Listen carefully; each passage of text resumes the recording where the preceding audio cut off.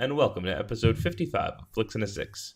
I'm one of your hosts, Anthony Costanzo. With me, forever and always, the man, the myth, the mustache, Alessandro Velsi. Say hello, Al.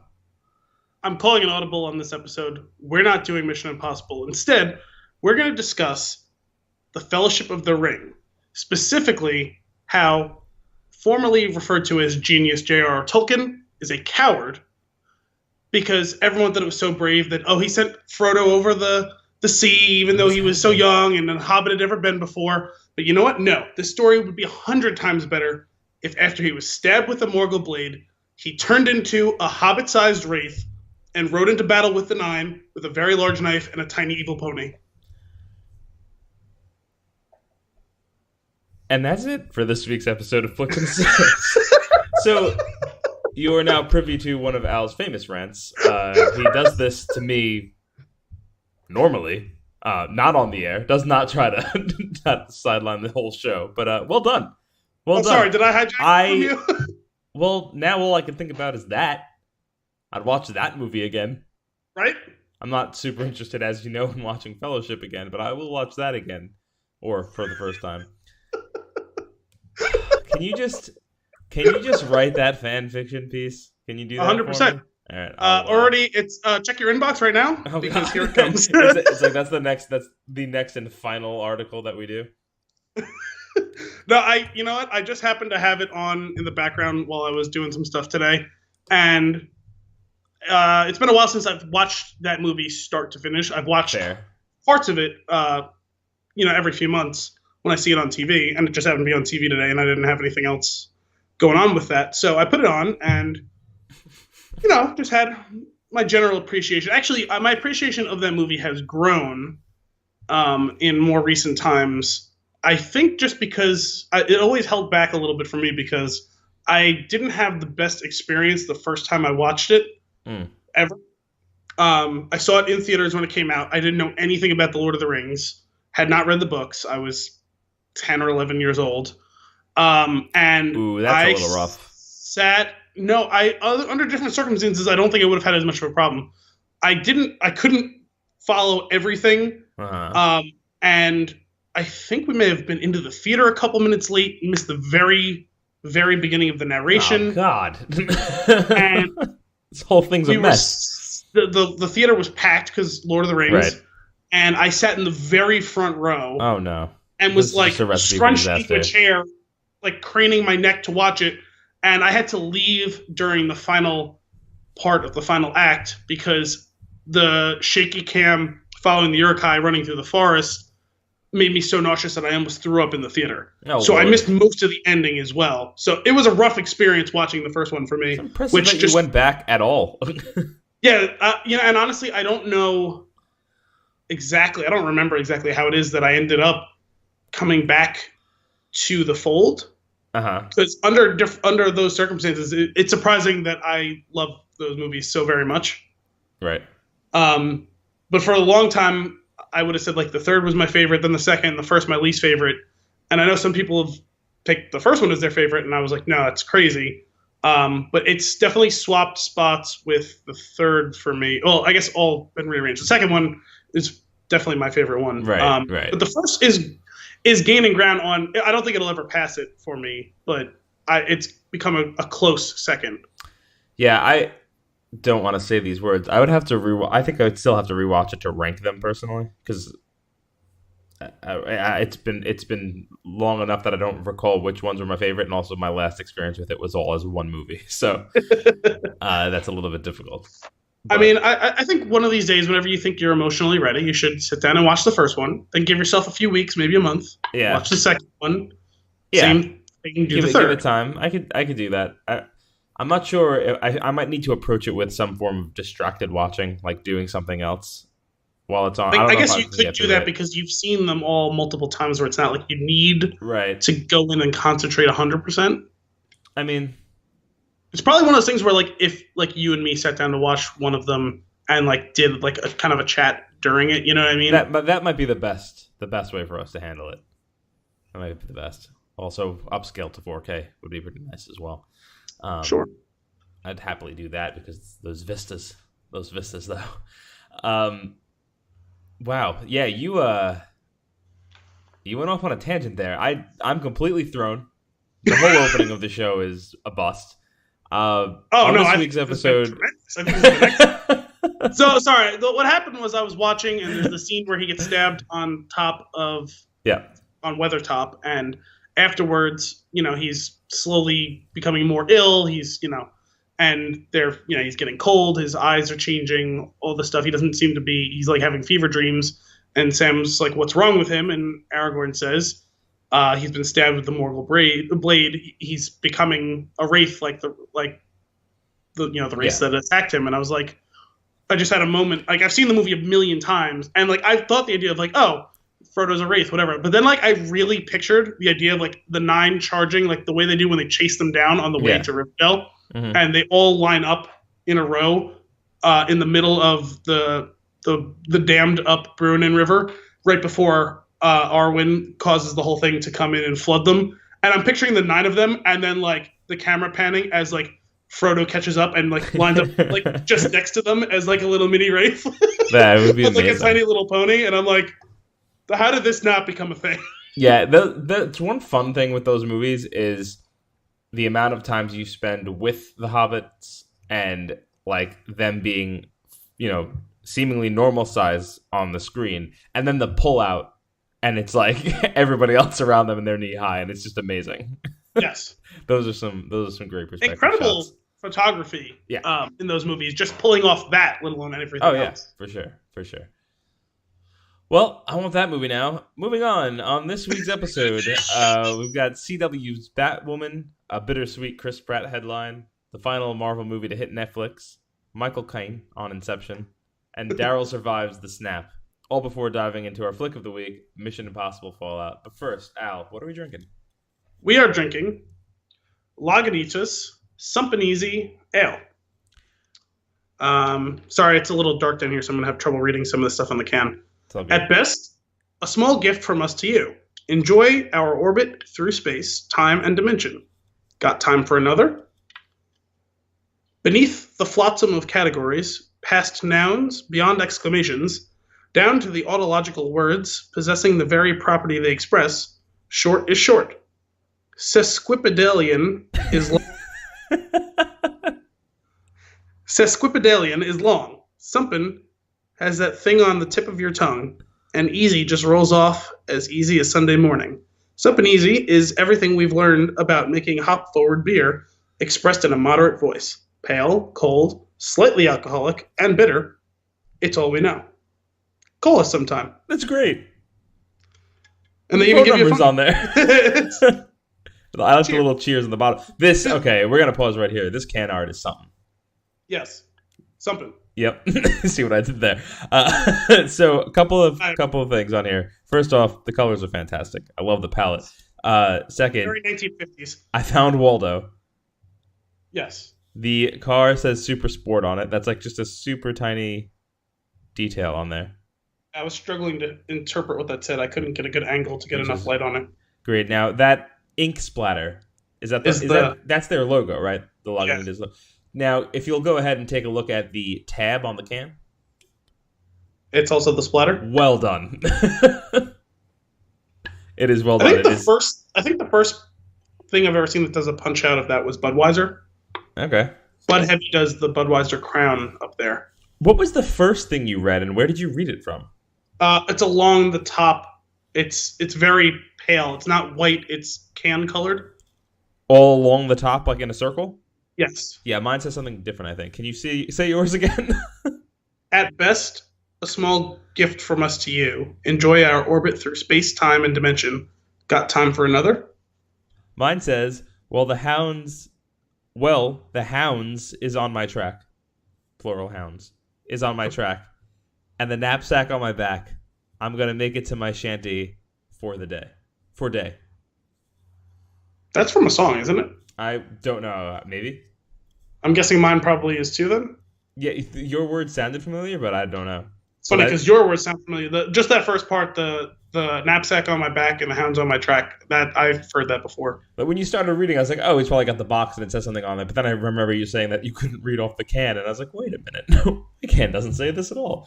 I really like this. Let's see if this beer is as good as the can. Cheers. Cheers. That sound effect was great. Yep. Tasty. Happy with that. That's something. I like that. That's all the things it says it is. I like the bitterness. I like the little party on the end of on your tongue. It's very, very dry. Yeah. Oh, this is tasty. I feel like Lagunitas is one of those ones that I just like kind of pass over a lot when I see it. For no particular reason. I'll tell you what it is. It's probably because they can be intimidating because they have a million beers on any given shelf. Mm. Like if you go, at least at the beer place I get from, there's always like 15 of them. I think for me, it's usually I see those bottles that most of them come in those kind of short, stubbier bottles. Yes. And it looks just kind of generic to me. Their label is kind of generic most of the time. They have a consistent design that they like tweak. Right. But this throws all that to the side. This can and this insanity. This is really tasty. I like this a lot. What made you pick this sucker up? Because someone left 2 of them in my house. Beautiful. I like that. Much like the Lion Me Vice. Okay. All right. No, this is good. Well done. Very drinkable. I could have a few of these. Yeah. It's on the upper end of my bitter tolerance, but it's still on the scale. Yeah, it's funny because it doesn't have a ton of hop flavor and aroma, but it has a considerable amount of bittering. Yeah. And it's very, very pale. It's almost Pilsner-esque in body. Mm-hmm. Or I guess maybe even more like a Kolsch because it's very dry. Right. It's not very fragrant in any way. I know, that's what I'm saying. It's very, very, very restrained, the malt flavoring to it, and even the hop flavoring, but the bitterness comes out in an interesting way on this one. Yeah. I haven't had too many beers quite like this. I'm a fan. I would pick this one up again. Solid beer. And the can art is cool. Like you alluded to, it's very 50s, the color palette, and the car, obviously. It looks like it's driving across the desert, which is kind of cool. Yeah, I love it. Sweet. Shall we dive in? Well, I guess this is as good a time as any to... Do you have nuggets? I have one nugget. I have one note. That's it? And I have... Well, no, sorry. I guess not. No. I have one nugget and I have one new. For those of you not aware, we talk about our notes because we each have our little tab on our notebook here so that we don't look at each other's work beforehand on what they've written down for the movie, and we refer to those as our notes. So when he said he has one, really felt like I was going to have to carry this one. No. I have one nugget and I have one new. Okay. I don't feel comfortable calling it one news. So just a new. Singular. I mean, I don't feel comfortable calling a singular item a plural word, so I have one new. That's fair. I actually don't know what the proper... Where do you stand on moose? No, that is singular, and there's a word for that when it's singular and plural all in one without changing. I don't know what that word is, but I'm pretty sure there's a word for that. So let's go with my one new. Okay, let's go with the new. What do you got? Because we're talking about beer. Al's Ales has been on quite a hiatus. Yeah. And that's about to change because... Oh, boy. I want to say in 2 days, I'm going to brew a new batch. You're going to start ramping up production? Yes. Yes. That's what I'm waiting for. I finally was inspired by just kind of a random stray thought that crossed my mind. And I frantically came up with a recipe, and I bought the stuff. I got everything that I was looking for it. Mm-hmm. So it's been kind of weather dependent because I have to do most of it outside. and it was raining today, and it's raining tomorrow, so probably Wednesday. Interesting. And so by the time you guys are hearing this, hopefully I'll have done it the day before. Nice. Are you keeping the recipe under wraps for now until the beer comes out? I can tell you if you want. It is. I think I'm doing something kind of cool. Okay. It's not like super unconventional, but something that a lot of people maybe haven't tried specifically. So it's up to you. Do you want me to divulge what I'm doing? Let's keep it under wraps. Okay. Let's keep it under wraps until we pop the top. Well, we'll do it. It'll be ready to go in about a month. Okay. Think about the movie that you want to pair it with. Let's do that. Well, so you have a month to watch Cloud Atlas. You don't get the beer until you've watched. You've ruined me. 2-0, Al. Nice. Nicely done. Okay. All right. That was my new. We can do my nugget whenever you want. Sounds good. All right, so let's dive in. A couple of things. I've got some quick ones here. CW's Batwoman. I know you're not super into these shows, but I really enjoy some of the CW DC shows. Big fan of Flash. Almost as big as a fan of Arrow. And then it starts to kind of trail off from there. As soon as they started the ensemble shows, it got a little ridiculous. Like there's just too many characters. They're just trying to do too much. It's funny because I've seen a little bit of each of those shows, but the only one that I even found vaguely interesting for whatever reason was The Legends of Tomorrow. Really? I don't know why. Interesting. It's just that's just like all of the B team from all of the shows just put together. I think it was just, I don't know. There's a couple of people in the cast that I found entertaining, and I jumped in on it. I don't watch it, but my brother was watching it to catch up at whatever point, and there was just the storyline was just fucking wild, and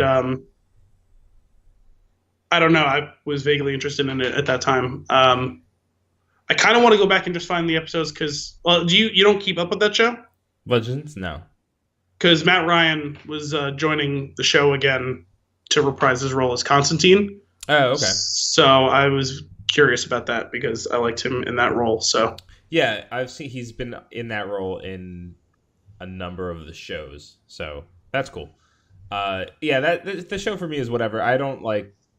I could watch it, but I'm not super into it. Whereas I'm very much into Flash, and I like Arrow. I used to be very close to, but they started building that cast up too, and it became a little bit of an ensemble as well. And it's just all right. I know Flash has that, but there's still a grounding, a main character who is very much front and center for all of the episode. I don't know. I also think I just like the heart of that show better than the darkness of Arrow and the weirdness of Legends. Anyway.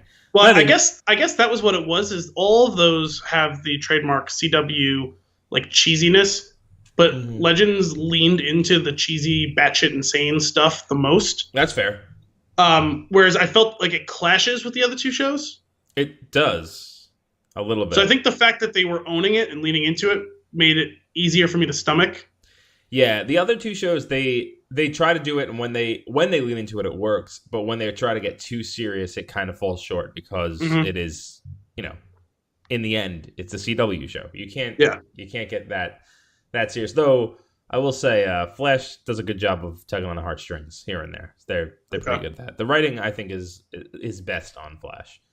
That being said, so there's a Batwoman is going to be showing up in one of the crossover events that comes. I think it's in fall. That's what I was wondering, because you said Batwoman on CW, so I wasn't sure if it was a new show or if I thought she was just joining the cast of one or all of them or whatever. Well, once or twice a season they do a crossover event that's all of the shows. It's Supergirl. Oh, so Arrow. they brought that back onto CW instead of CBS now, right? Yeah. That show is not very good.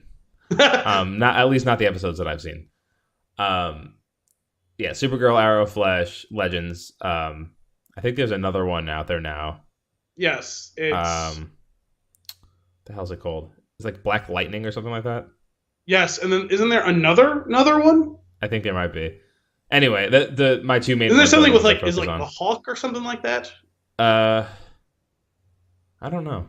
There's another I'm one. not certain. But anyway, so she's going to show up in one of these crossover events, and depending on reception, there'll be a show. I think that's silly. There's going to be a show. Like, wait, stop. you said they're crossing over, and then she's getting a show. That's what's happening. Yeah, depending on reception. Okay. At least that's the last thing that I read. But from what my understanding is, that thing's probably well under production, and it's just going to come out not that long after. What I thought was very funny about what I was reading, though, is they were wondering, are you guys ever going to do Batman? And they were just like, no. We've mentioned that he exists and that Oliver mentions the character of Bruce Wayne, like, at some point in one of his interviews or something. So, like, yes, he's there. Yes, he's in the universe. No, we're not going to do him. We want to tell a new story. And I'm like, that's cute because that's not the only thing at play here. Batman is tainted at this point. And you don't want to touch that. And that's pretty much, I think, what's going on there. That just reminded me, did you see the thing? I forget who did it. It might have been The Wrap online. They had a tweet with like the headline, Henry Cavill looking to leave Batman or Superman from the Justice League role, and linked to it, and it was a Rickroll. Yeah. That was like a week ago, or maybe a little less. That's silly. Anyway, I'll check this one out. Ruby Rose is going to be playing Batwoman. Yes. So we'll see how that goes. I love Gotham and that city. So that got that turned into its whole own story because I think it was a very polarizing casting. Oh really? I mean, I'm not familiar. A lot with of people liked it, Batwoman. So a lot of people seem to like it because a lot of people. She has a big fan base, or at least a loud one. And I don't have much of an opinion because I'm not going to watch because I don't watch the shows. But when they said it, I was like, you know what? That kind of makes sense. I get why they would cast her. But then I think she was also just brutally harassed in like the 3 days since they announced it. And she already deleted all of her social media shit. God, what is wrong with the world? Yeah, the social media is poison at this point, especially Twitter. I think you should kind of just bail out. Anyway, that's funny because I use it a lot, but for not that. Well, yeah, if you're following the right stuff, or you're very curated about what you have on there, you can be safe. But as soon as it gets like, there's times where like I'll stumble upon one thing. No matter what, you can't read replies or comments on things. Mostly, I feel like those get poisonous quick. A lot of tweets are poisonous, but the comments are where it's real bad. So I've kind of strayed away from that altogether. I rarely sign in. The way I do it is I just know when I see that there's going to be a stretch of stuff on my timeline that I don't care for, so I'll just do a big scroll past it and see what lands me, like kind of like spinning the wheel. Yeah. And but I'm feeling lucky. Stop. Yeah, I follow mostly for sports stuff and a little bit of like movie and game news, mostly movie news. But I follow people from BioWare and stuff like that. Right. Because that's really the only game studio that I care about. Yeah, I do like to follow professionals in the businesses that I enjoy. So I do follow a lot of game devs, a lot of game news personalities, movie news, like things like that. But every once in a while, there's like some person on there that I followed from like a long time ago, and when it scrolls past it, I'm just like, I could just unfollow. But for whatever reason, it's just like, It becomes a math equation, like, does the good outweigh the bad with that person? Mm-hmm. But yeah, no, I mean, I follow a bunch of like sports like writers of the teams that I follow and the leagues that I follow, so that's how I keep up with my sports news. Right. And I follow a couple of people who, there's like two main like web comics that I followed for a long time. So I follow both of the authors of those because every day they tweet out the link to the new, Yeah, that makes sense. So. All right. Anyway, CW's Batwoman. I'll check back in with you on that after I see the crossover. I just thought about it. You just said following like game like people, not just develop. What was the other thing you said? You said game news personalities. Yeah, game news personalities. Did you hear about the whole thing with IGN? No, because if something happened, I'm very interested because I'm wondering where some people went. So I actually don't even know who it was, and I usually read a handful of reviews. Even though I don't buy too many games, but if there's something big coming out that I might be interested in, I'll check it out. So for I forget what game that came out pretty recently. One of the IGN reviewers was just fired for plagiarizing a review. Really? Yeah. That's pretty terrible. Yeah. Do you know who it was? I don't remember because at the time the IGN made a release and they didn't name the person in the release. And I think I looked it up for briefly and I saw the name, but it wasn't a name I recognized, so I think I immediately flushed it. Gotcha. I'll have to look into that. I'm curious. It was a big story in all gaming news within the past week, because IGN is obviously one of the biggest sites for all that. And they came out and they said, they had a whole big statement about it. Said that's not up to our core standards. We're letting that person go. Blah blah blah. And some of the people who are at IGN, formerly were at IGN, there was discussion about it and all that, and people were talking about it, so some other game writers, I think maybe from other publications, saying just because of that sort of thing, a lot of times if they know they're going to be reviewing a game, they purposely embargo themselves from reading anyone else's review until they've already written theirs, just for the case of accidentally having, just through osmosis, someone else's words kind of filter into their own headspace while they're writing their own thing. Yeah, that's why it's funny that you say that. What I try to do, especially with our movies, I make sure of taking my notes and stuff down before reading or listening to anything else, specifically because I want to see what the differences are after the fact, and I want to make sure that I have my opinions fleshed out.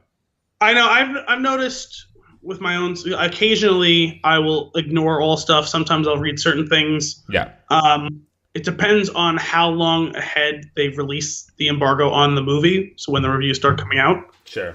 If the review comes out 12 hours before the movie and I know I'm going to see it right then and there, I'm going to avoid it. Yep. And then I'll circle back, or I'll tab open the thing so I don't lose it. And then I'll come back, circle around to it once I've watched the movie myself. But sometimes I do like to check some of them out for specific movies.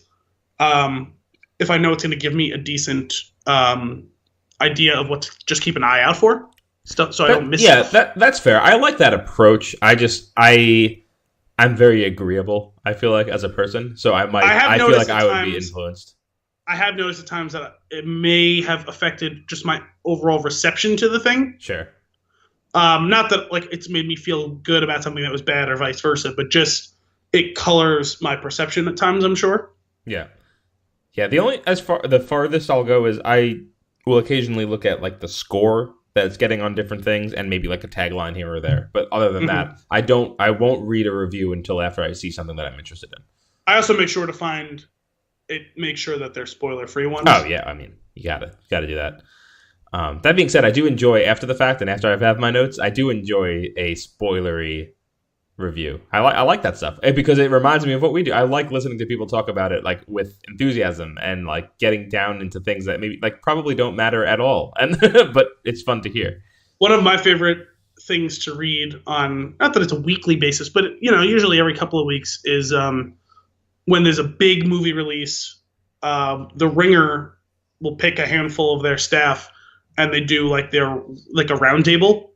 Yeah. So one person will pitch a question and all of them will have their response to it, and there's usually 7 or 8 of them for a movie, and it's full spoilers. Yeah. So I'll always make sure to circle back around when I see that there's one of those. That's cool. Because they're usually pretty entertaining, and sometimes they have entertaining in their own right as their own piece of content, as well as having interesting stuff about the movie. Mm-hmm. Sweet. So moving on, the next one I have here is very short. And it was the Bittersweet Chris Pratt headline that I mentioned before. It's nothing bad. Nothing bad. Oh, yeah. What was that? Oh, no. I just closed it. Sorry.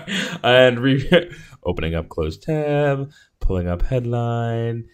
And all right. So I was, as you know, I curate our Flix flipboard based on the movie feeds that I follow. So any information that I find from there, I pull up, put into our board, some things get mentioned, some things don't. So you can always follow along there if you want to see some of the other stuff that we may go through at some point.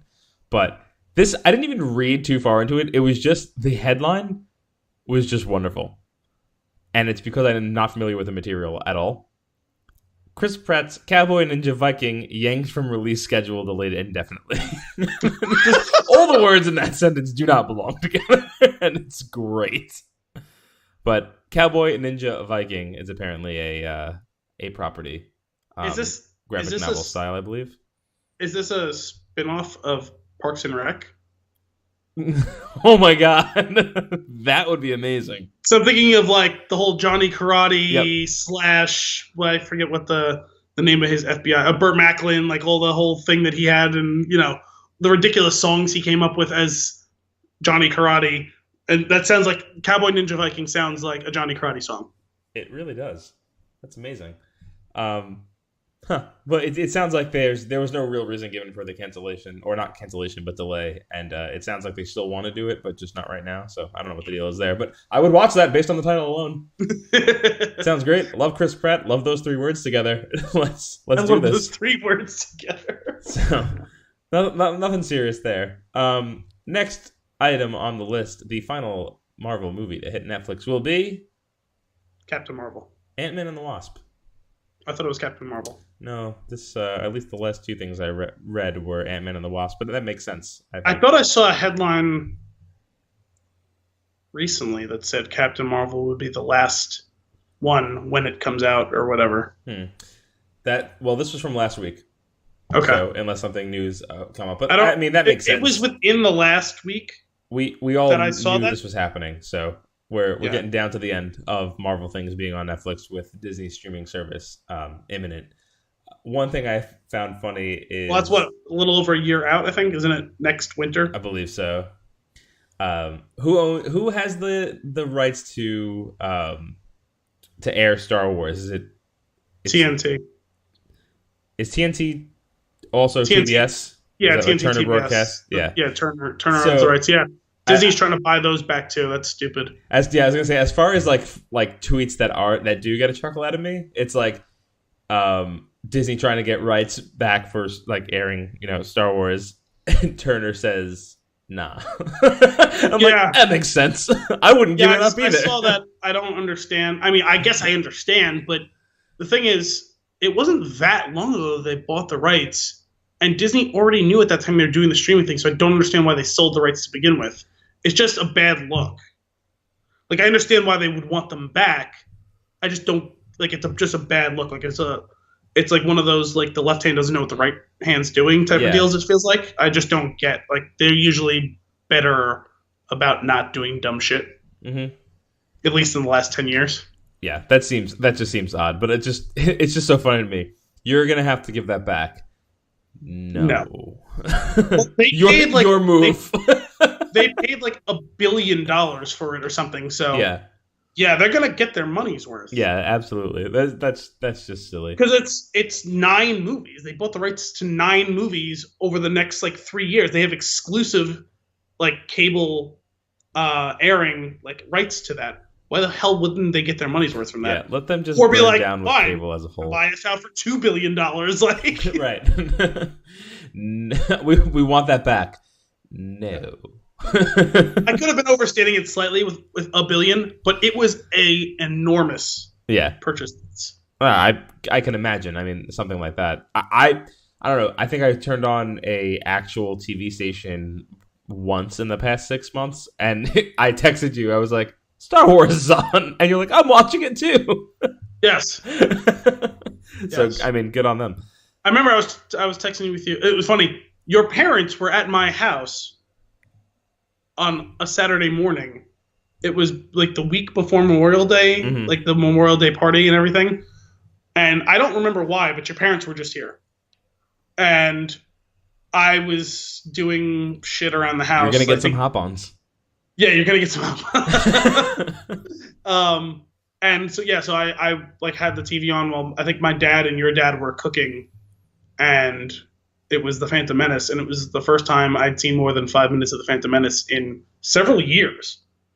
And I was texting you because I didn't realize it's been so long the whatever the newest re-release and editing of the movies that Star Wars did, I didn't know that they had done to Phantom Menace, and they got rid of all puppet Yoda and replaced him with CGI Yoda. That's a good move. It is. It was jarring to me because I didn't know they did it. That's a good move because puppet Yoda is greatest Yoda. CGI Puppet Yoda is great in the original right, trilogy. Exactly what I'm saying though. Puppet Yoda is greatest Yoda. CGI Yoda is good Yoda. Whatever that abomination was in Phantom Menace is just a thing of nightmares. I just don't understand why they couldn't make the same fucking puppet. Right. Which they did for The Last Jedi. Spoiler alert. Yeah. I think they just used the original puppet. I know. That's why I don't understand why they couldn't do it for Phantom Menace. Oh my god. Yeah, that one. He's like the wrong color. He's got just weird hair. He doesn't move as well as the original puppet does, which doesn't make any sense. Also, not only is he a different color, disaster. His face is completely different. Yeah. Like, it's very obvious that's supposed to be Yoda, but it's like, you know how sometimes you have Mega Blocks Yoda.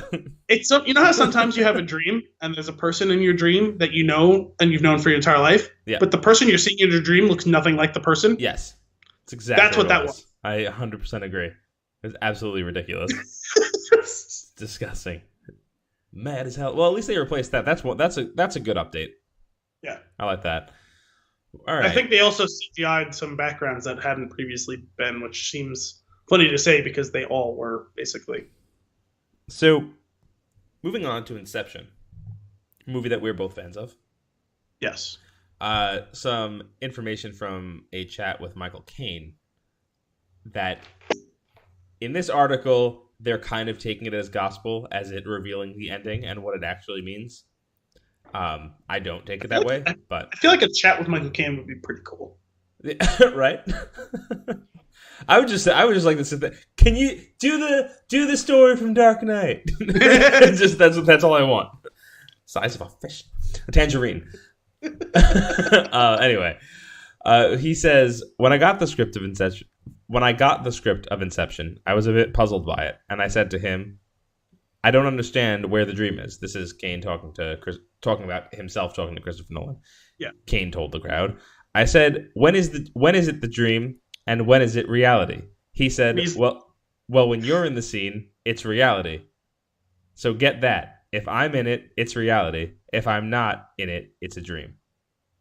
Okay. Seems like a fair way to go. That's fair. So they're saying, so there you have it. Especially since there's been a lot of theories that he was never real, that he was always a dream, a figment of imagination. So him coming out and saying that cuts that whole thing to shreds. Maybe. Christopher Nolan is also a director, so I think that he, knowing his actor, he's telling him that you need to make this the reality. Like, that could be his reasoning for it. I don't think. Or it could have just been an easy way to be like, he won't ask me any questions anymore if I say that. Right. That's fair too. But I don't think like this article takes it kind of as gospel. Like, oh well, there you have it. It's understandable having a principal member of the movie say it. Yeah. But I still don't buy it because I've got my own theories on that movie. That's a movie for another time.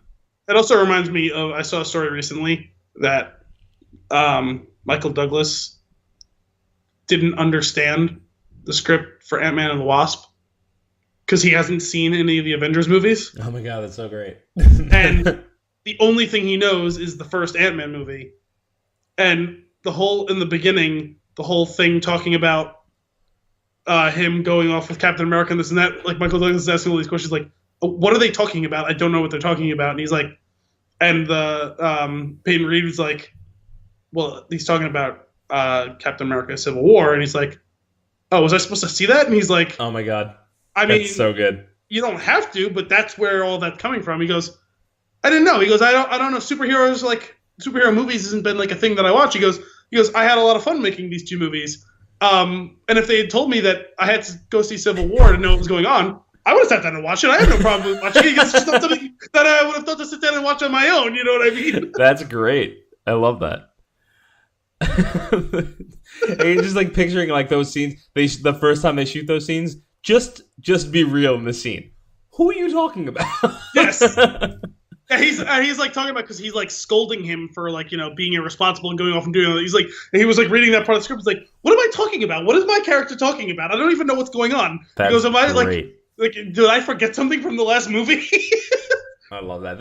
This rolls nicely into the last topic that I had here, which is Daryl survives the snap. When I tell you that, okay, see that's fantastic. So for those of you that don't know, there was this wonderful little video that was put out. I think they did 2 or 3 of them, didn't they? They may have. I think when I watched it, it was all kind of merged together. I had forgotten all about that until I saw this headline. It was kind of like viral advertising for Ragnarok. Was it for that one? I thought it was for the second one. I think it was for Ragnarok because it was kind of like the new Thor. Yeah, and it was very comical. And he's like living in Florida with a roommate, and his roommate is Daryl, and it's just ridiculous. Like it's just nonsense, and it's Thor trying to live in this world, which is basically the best scenes from the first one. Like when I feel like maybe Deadpool 2 kind of ripped that off with that guy. I can't remember his name. Just the regular guy. The regular guy. Yeah, that's fair. But he's basically Thor is just inconveniencing this roommate of his, Daryl, and this new little short video that came out is showing you that he's wishing Thor a happy birthday. He survived the snap. Obviously, half of his coworkers didn't, so he's working on Sundays. And I just thought it's just brilliant. I didn't know they made another video. I just heard that he survived. It's so silly. It's like him shooting like his own little video to send to Thor, wishing him. Oh, like a video message, like happy birthday. And then he plays I forget what that thing is called. You tap like the metal pen, and it like makes different sounds on a board. It's electronic. He basically Theremin? Maybe, but it's like very small. But anyway, he plays happy birthday on that, and it goes on for like way too long. They almost Family Guy'd it, but it didn't come back around at the end. But it's silly. You should check it out.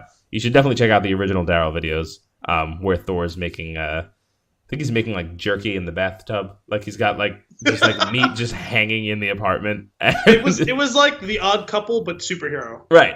And he just leaves Molitor around, but Daryl can't move it. I saw a video recently where someone did a whole thing. He built himself his own like Mjolnir, but it was an electromagnet. Yeah. And he was putting it in random places and filming people try and move it. That's so great. And it had like this whole thing because he kept putting it on metal surfaces, so obviously it was like sticking to it. Like he put it on like a manhole cover and stuff like that. But it had like, I think he hooked up a fingerprint sensor, so if he did it, it would turn the magnet off and he'd be able to pick it up. So good. But no one else could. It was a clever little thing he did. It was kind of funny. I like that. That's awesome. Anyway, go check those videos out if you want to see Daryl. It's pretty funny. You have Nugget? I have one nugget. Give us Nugget. This one is also a pretty small nugget. So, apparently today was Sebastian Stan's birthday. Okay. And so apparently for the last couple of years, it's been a big thing online. I hadn't heard about this until today, that people were saying that him and Mark Hamill look enough alike that Sebastian Stan might be his long-lost son. Okay. So he wished him a happy birthday today, and he put it out. No, Mark Hamill did it to Sebastian Stan. Yeah. Put out a picture on Twitter. It's a picture of him. It looks like he must be on set of episode 9 probably. And he's pointing at the camera, and he's holding up a little placard that says, "Happy 36th birthday, Sebastian's son." And on it is a little heart, and he photoshopped the two of them like together. It looks like they're like hugging, like face side by side.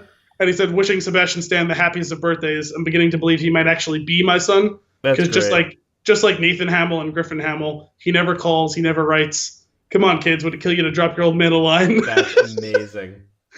That is so funny. I love how he buys into all of, like the memes around him. Yes. He just leans into it, and it just creates these amazing moments. He is in every way the complete opposite of Harrison Ford in his willingness to embrace the thing that made him famous. Yeah, he has to overcompensate for that nonsense. It does feel like that sometimes. But it's very funny, and I appreciate it. We thank you. We love you, Mark Hamill. Shall we dive into our flick of the week? Maybe. Uh-oh. I had one of my notes, which I was curious if you wanted to discuss either prior to. Well, I don't know if you want to do a pre-spoilers thing like we sometimes do, but I'm just going to throw something out, and we can either discuss it now or in a few minutes. How would you rank the Mission Impossible movies? Ooh, okay. That's weird. Let's see. Not having gone back and rewatched any of them in a very long time, I think I would say I love the first one. 1 is probably my favorite. Okay. Is Philip Seymour Hoffman in 3? Yes. So 1, 3. I had them reversed, but okay. Okay. 1, 3. This one, 2. I also had that third. And then whatever else comes after that. Okay, so I just recently watched Rogue Nation because I had never seen it. Is that the other one that this director did? No, that was okay. The one preceding this. Yeah. Okay. Because I hadn't seen it, and if I was going to see this, I want to see that. Especially since, based on the trailers for this movie, it was pretty obvious that this was going to be the first one that was really truly a direct sequel to the one coming before it. Right. And when I was typing up my notes earlier today, I was like, you know what, let me just think. I took 2 seconds. I didn't go really in depth into it. Just kind of whatever first came to my mind as a ranking. I feel pretty good about my first 3 and my last one. I have 3 as my favorite. 1 is probably a pretty close second. I put Fallout third. My only really debate was between Mission Impossible 2 and Rogue Nation. I put Rogue Nation before 2, despite the fact that 2, for a non-trivial amount of my youthful life, was my favorite one. Yeah. Until I grew up and realized how it was probably the cheesiest of them. I'm with you 100%. I love 2. I've watched 2 so many times. Me too. But I understand it's not genuinely great. Enjoy it. Yeah. But it's not really a great movie. No. So I would say, since Rogue Nation was more competently made and was still a pretty solid movie, I would give it a slight edge over 2. And then there's a pretty sizable gap before Ghost Protocol is the least good one. Yeah, I remember there being one that was just like, meh, and I think it was the 4th one. Yes, that's Ghost Protocol. Okay. That one is one I think I've mentioned a couple times on the show. I know I have with my cousin Mike, who is our biggest fan and is surely listening to this, that for the life of me, I just cannot, for whatever reason, my brain shuts off and does not let me recall or understand the final act of Ghost Protocol. I don't remember it at all. And I had to, before I sat down to watch Rogue Nation, I sat down and read the synopsis of Ghost Protocol. Even though I've seen the movie several times, I just, for some reason, anything that happens after the whole set piece around the Burj Khalifa, I cannot, my brain refuses to process it. So I finally looked up the synopsis. I figured the written word might finally help me cut through the crap. And I still don't know what happened. No, I have at least a working knowledge of what went on, and at least I finally vaguely understand and remember what. It's not that complicated to understand, but for whatever reason, my brain just rejects that bit of information. Right. I just remember a chase through streets and a fight in a server room, and then I remember him sitting with Ving Rhames, and it's the only time Ving Rhames is in the movie, and he basically recounts the whole thing about why he faked the death of his wife and this and that and stuff like that. And I was like, I remember all of that, but it's everything in the 10 minutes preceding that just refuses to stick in my brain. Yeah, I don't remember that one at all. I only vaguely remember 3, and I have it listed as my second because I remember really liking the villain. 3 is so good, and it's because of the villain. Philip Seymour Hoffman's villain is far and away the best villain. No, Lois. It was Philip Seymour Hoffman. He is by far the best villain in the whole series. Yeah. Yeah, the villains were a little they were okay in this one. They weren't bad, but they weren't anything super special to me. I have thoughts on Solomon Lane? I thought you were going to say note. I really thought you were going to end that with note. I have note. Note. Okay. Is this pre-spoiler? No, we'll do a post-spoiler. Okay, cool. So overall, what did you think of this movie? I liked it. I liked it better than Rogue Nation, which I liked better than Ghost Protocol for sure. Yep. I had Fallout as the third best. Some people are saying like it redefines the action genre and that it's this amazing movie. Glad you brought that up. And I can understand aspects of that because actually I have part of that as some of my notes. Mm-hmm. I think it's a little bit hyperbolic. Yep. 100%. It's a very good movie. And this is one of those things. This is why I try to get these opinions out before I watch these reviews or read reviews. Everything that I've read after I saw this said that. See, I wasn't even reviews. It was like I heard like conversations on like radio shows, like just tweets, like you know what I mean, not like full reviews. I've been seeing that you can't really avoid it. You know what I mean? Yeah, but when you see. It's funny when I see something like that over and over and over again, I start to question it because then it almost feels like that notion is a retweet in life. Well, for me, like I was intrigued by it because I had told you originally I didn't really have any great desire to see this movie because I had zero desire to see the last one and I had not seen the last one. But seeing that finally tipped the scale in favor of me, like, well, I was always going to do it because you wanted to. But tipped the scale for me doing it as a duty to looking forward to doing it. So, on this topic of action in the movies, I don't think this movie redefines it. I think that it does a very good job. The one thing I'll say about it as far as that is some of the stunts were incredible. And in particular, the fight choreography is a huge upgrade over anything else in any of these movies. That's fair. The fight scene in the bathroom was oh my god incredibly choreographed. It's the best fight scene in the bathroom since True Lies. Yes, and it's much slicker than that fight. Oh, 100%. Up until the arm reloading, but then right after that, it picks up again. That scene, for whatever, it doesn't bother me at all. I really enjoy it. The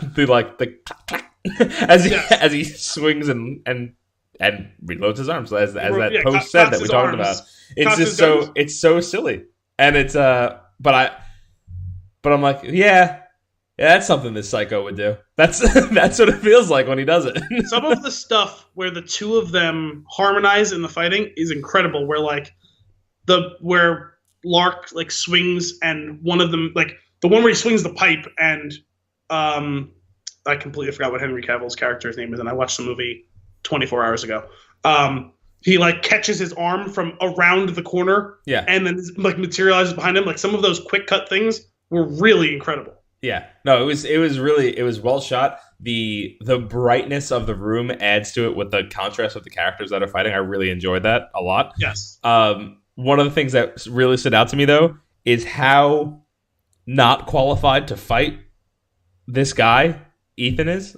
Like this guy is so much better. Roller.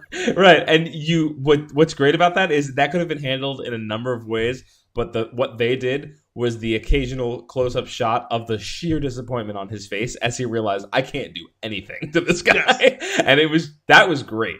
You know what it is the second time he takes Walker down. Yeah. And he had already just immediately before that taken down Ethan, and Ethan's on his hands and knees and puts his hand up and like says, "Hang on a second." Yeah.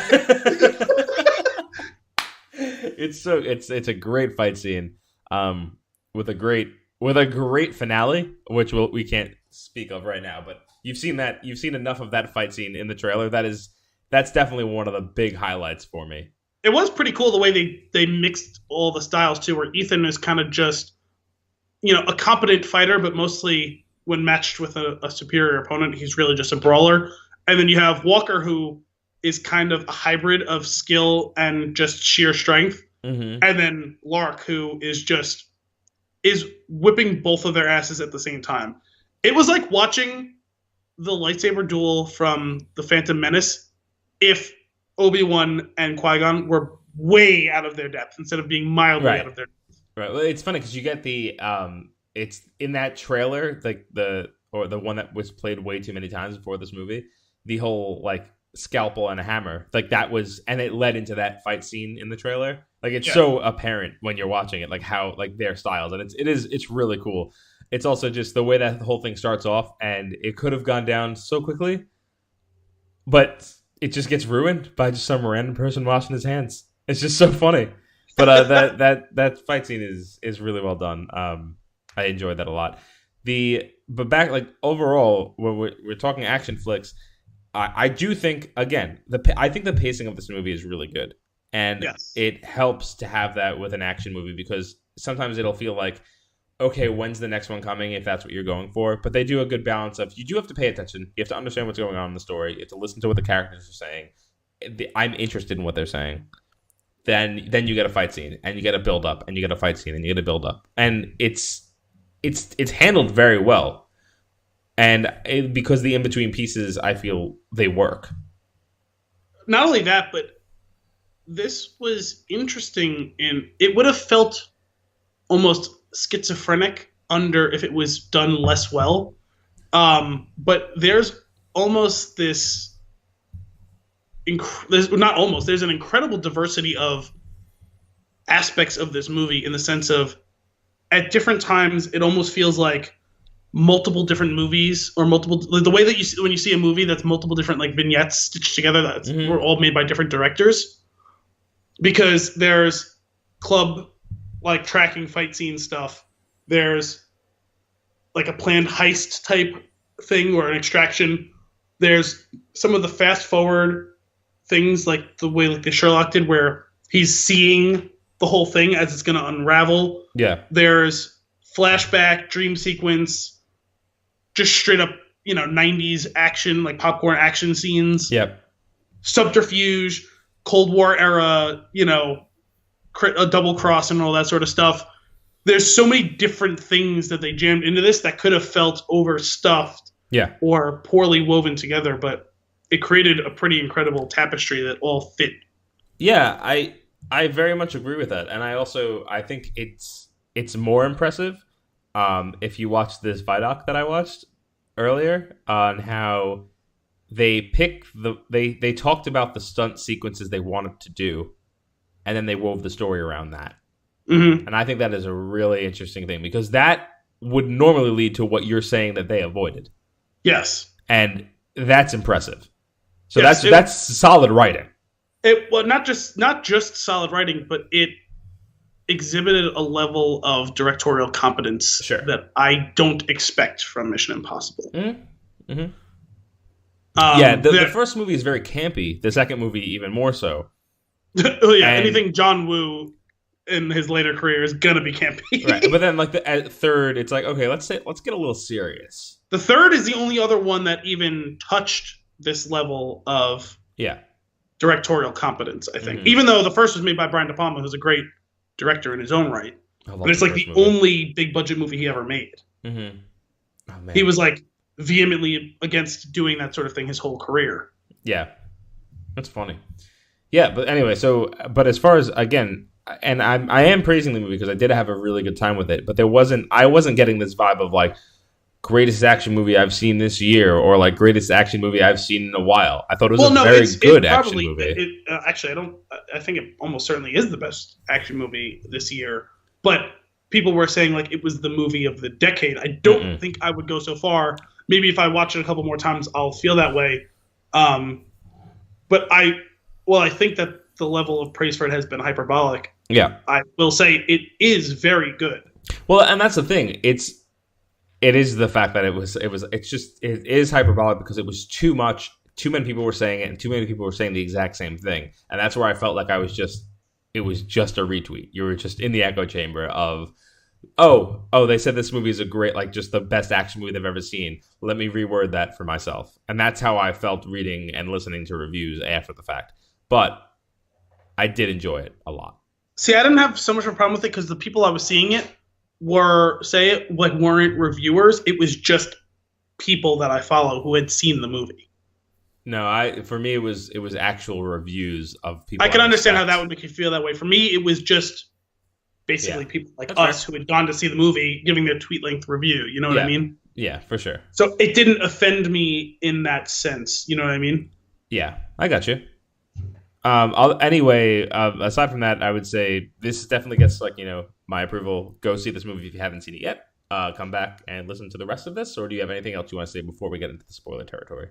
No, I mean nothing that has to be said other than one funny note that I found. I can't remember if I said it on one of our previous episodes recently, but I'm quite sure I had the conversation with you. The thing about Tom Cruise's age making this movie in relation to Wilford Brimley when he was making Cocoon. Mm-hmm. We had that conversation, didn't we? Or text? So. Yeah. That he's the same age as Wilford Brimley when he was playing like a 75-year-old man in Cocoon, as opposed to him making an action movie. I just saw something yesterday that Tom Cruise is 2 years younger than Jon Voight was in the first Mission Impossible. Oh my God. What? That is ridiculous. Holy crap.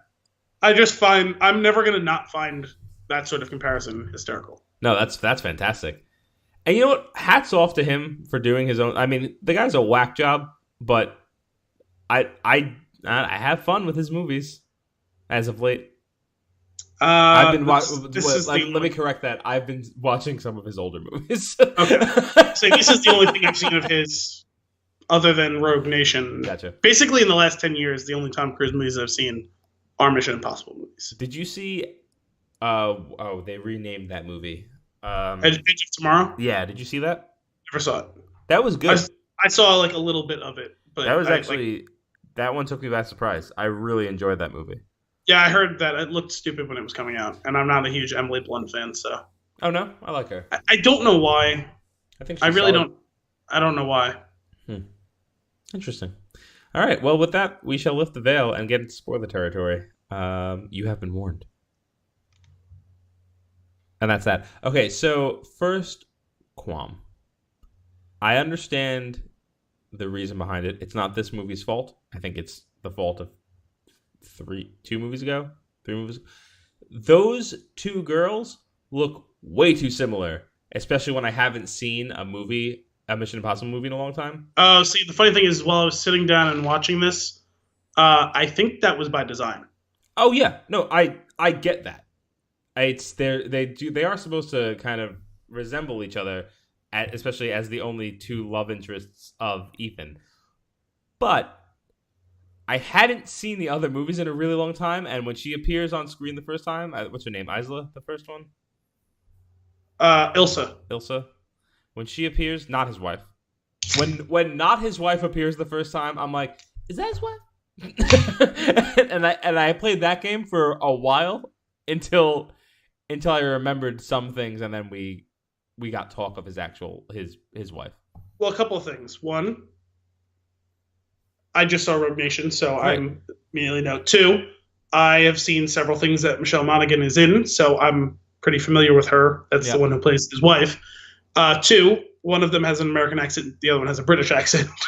Okay, so I understand. You put the two of them next to each other, I know which one is which.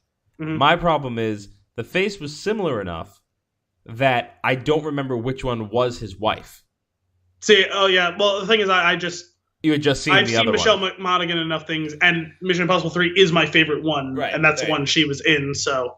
So it was funny. Chris and I went to go see this movie, and we were coming out of it. I was like, my only issue with that was those two look way too similar, and he goes, right? And I don't think he had seen the previous one.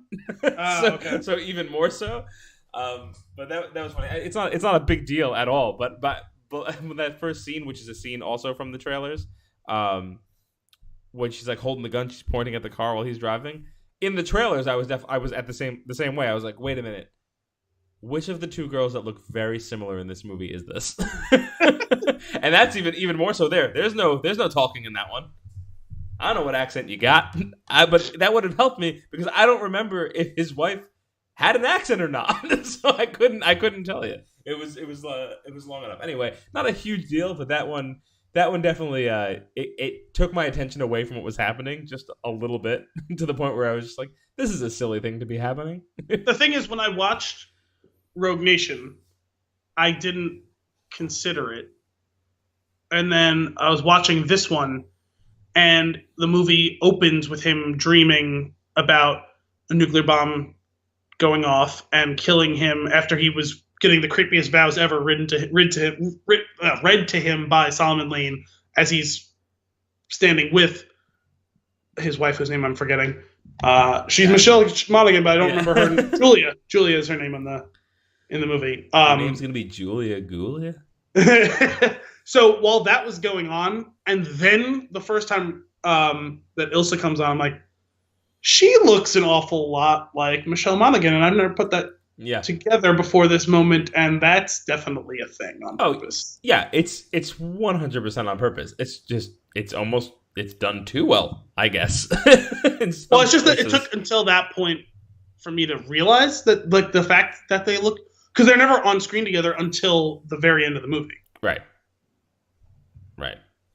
Speaking of that dream sequence in the beginning, we've talked about this a little bit, but I am still waiting for someone to have the PR and advertising chops and the balls to make a movie end on a scene like that 2 minutes in.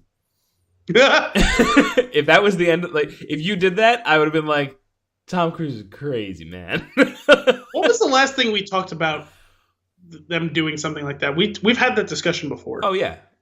There's I don't remember what it was, but there's been numerous times in the past where, like, it could have you could have just ended it right there and just do it once. There was something we discussed specifically. Was it for Infinity War? It might have been. I know we talked about the way we wished it ended, which we were pretty close to, but not exactly.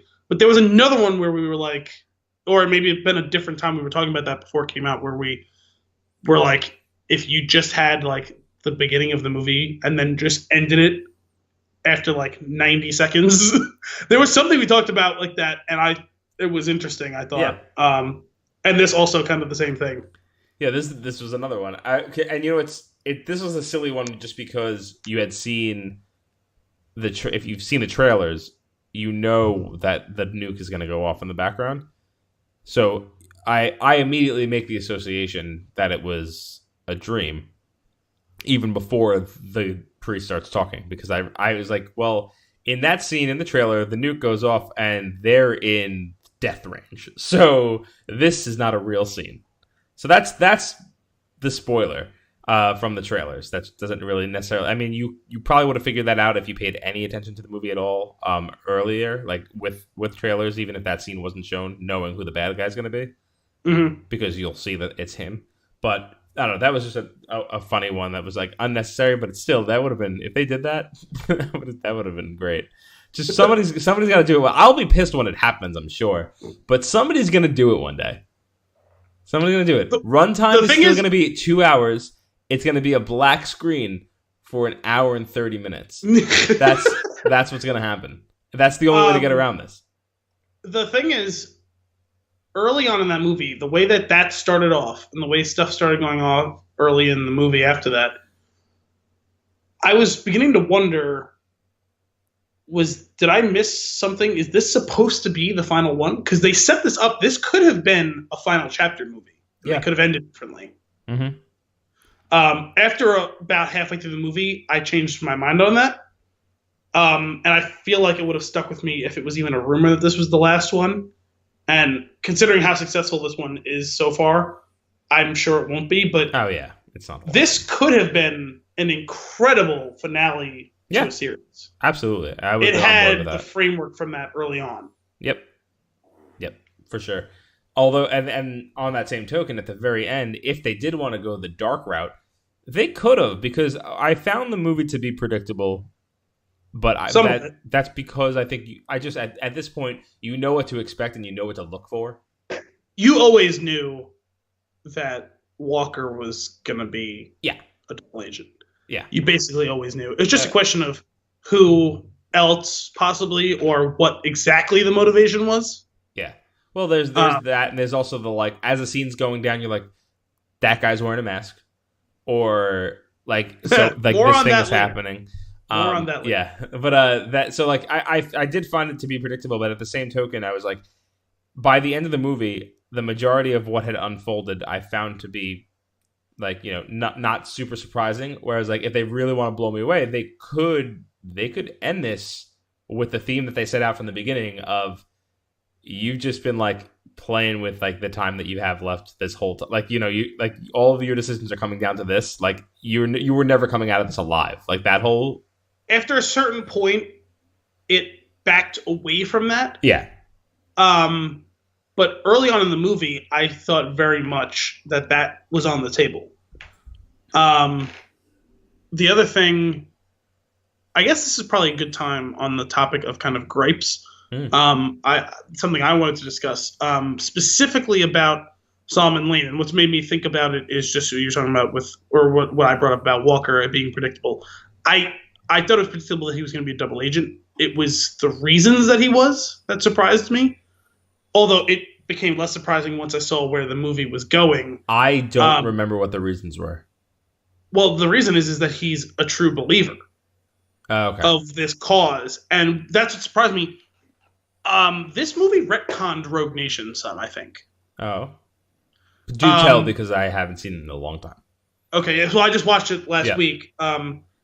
So the whole thing was the Rogue Nation was this syndicate. It was, you know, this kind of terror network, counter intelligence, you know, mercenary, gun for hire, arms dealer. They kind of did all of those things, right? It was supposed to be kind of the anti-IMF, right? Where instead of stopping all these plots, they were carrying them out for pay and for influence and power and all that sort of stuff. Mm-hmm. But this one, they made it, because in the end, the whole setup of Rogue Nation was that it was a thought experiment that the MI6 came up with that they put into effect as supposedly kind of a deniable action, kind of MI6's own version of the IMF, it almost seemed like. And it went Rogue Nation. Mm. But it always seemed to be a for-profit enterprise. And in this, they turned them into some sort of anarchist, true believer thing where they were going to disrupt the New World Order, or I guess they called it the Old World Order, which lame. And, you know, right all the wrongs, and, you know, by casting off of all the yoke of all society and this and that, they're going to, you know, create this whole new thing. They turned it into almost to like a religious cult. Right. That was not in any way, shape, or form set up by the last movie. Yeah, that's fair. So that was why I ended up being surprised that was the reason Walker was. That it seemed like he was the one, like he wrote the manifesto that they were puppeting around as that other guy's thing. But after all of this, watching it, I realized that I was kind of compelled by Lane in the last one when it became clear that he was going to be central to the events in this one as well. I ended up being let down by that character and the whole story around him because he's a knockoff of Silva from Skyfall. I don't remember his first name, but Silva, the bad guy in Skyfall, played by Javier Bardem. Okay. They're almost the same character going after the same thing. Interesting. And that movie came out 5 years ago or whatever it was. Like that ended up, or 4 years ago, whatever the hell Skyfall came out. That ended up disappointing me some because I was intrigued by everything that happened in Rogue Nation, seeing how they extrapolated it into the next one, and by making all those changes and turning this into, like I said, nearly a religious pursuit of this, you know, anarchist, you know, or maybe if you want to say anti-religious thing. They had religious-esque fervor, despite the fact that they were kind of trying to get rid of a certain dogma. Mm-hmm. In this case, it ended up being a knockoff of the Skyfall plot to me. Interesting. That's a cool take. Yeah, I don't know. I mean, maybe other people didn't feel that way. I mean, I think it's undeniable the parallels, but maybe it didn't disappoint people as much as it did me. But that's really my only gripe with this movie. I think the only way I would have been disappointed by it is if I remembered the previous movie. Fair. So, and maybe other people don't, or maybe I'm looking. Well, I'm not saying that I'm looking too much into it, but maybe I'm taking it all too seriously. but I don't know. I mean, that's what we're doing here. We're talking about the stuff. We watch movies. We're talking about the stuff, guys. I tend to retain the stuff, so we're going to talk about the stuff. No, that is interesting. I just want to. Do you have any? What are your other? Do you have other issues with the movie? That was my main issue with the movie. I did have something that I really liked about this movie. What's that? Is that between this and Rogue Nation, both being under Chris McQuarrie, why I ended up enjoying myself again is that they got the fun factor back in these movies. Ghost Protocol wasn't very fun. Yeah, I vaguely remember that. 1, 2, and 3 all have fun. There's fun moments. There's goofs. There's a couple of good laughs here and there. That's what I'm saying. Even though they have varying levels of seriousness, especially 3 gets very dark at times. And Rogue Nation and Rogue Nation and Fallout get very dark at times. They have fun during the movie. Yeah. And then I have fun during the movie. Right. Ghost Protocol didn't really have any fun. And so I didn't have so much fun. That being said, I really enjoy Simon Pegg for the most part, but I feel like he was underutilized, and like some of that fun that they try to have with him is a little bit forced and not what it could have been. I do think that the one scene where he's the big on foot chase scene, yes, that they get one joke with him misreading the schematics. Yep. They don't get 2. Right. Exactly. But minor gripe. Yeah. It's not enough for me to like get hung up on. No. I think one of them perfect. 2 of them was a little cheesy. Did you get it? I made a goof, so he's running the wrong way. Like that's like. Did you see it? Did you see what we did there? It's like, yes. we got it. We were paying attention. But then we turned it into the lock screen, and then it's up. I was looking at it in 2D mode. Like, no, you get one of those 2 jokes. Pick one. You didn't hold our hand through the complicated things happening in the plot, but you're holding our hand through this. Like, stop it. Like one subtle one, that's brilliant. Yeah. On that chase was fun. The running sequences were great, and a lot of we talked about this a little bit earlier, but the action sequences and the choreography and the stunts are fantastic. Real stunts just look better. Yes. And what I love about this, there's a couple of things. Actually, you know what? Let's start with the most important one. The scene where he I'm jumping out a window. That whole scene. That scene. Now they did bring it back around, because as much as I was like, when he made the second joke. Yeah. That's what are you waiting for? I'm jumping out a window. Oh, sorry. That brought it back around. That was funny. But what's the most important here, which you may not realize, which ties into DC Universe, when he jumps out that window, he breaks his ankle. No. Yes. No, it was when he's jumping from roof to roof. It's out the window to the roof. No, it was the one where he jumps from the one roof to the other and he stumbles and hangs off the building. That's when he broke his ankle. That's not out the window? Oh, no, you're right. Out the window was down. Okay. Yeah. Yes. Anyway, but it's during the same chase sequence. Yes. Runs. It was before he jumps out the window. Right. So he jumps. You can see it too. Yeah. Like snaps his ankle. Since I knew that was the scene, I'm watching it very closely. You clearly see his foot slip and bend in a very. Oh yeah. It's not okay. And 2, when he climbs up over the roof, you can see him clearly hobbling. Yeah. Which is like, on the one hand, it's like, oh wow, he did a really good job of. No, he was actually a broken ankle. He's running on a broken ankle. Yeah. So I don't know how they shot the rest of it. I know they play with how they shoot order of all these things. Yep. But they must have decided to shoot a lot of other things before. I'm sure if you go back and look, there's probably some sort of like disparity with that, like in the way that the shirt with the pocket is. Sure. Because they must have come back and shot that like 6 weeks later. Yes, they did come back. Some of the chase. They use it does cut at that point, and he's running in it like he's running from a different angle afterwards. But yeah, they use that whole piece of him breaking his ankle and hobbling off in that and that's in the movie. And I love that they kept that in. What's amazing is they did halt production. Yeah.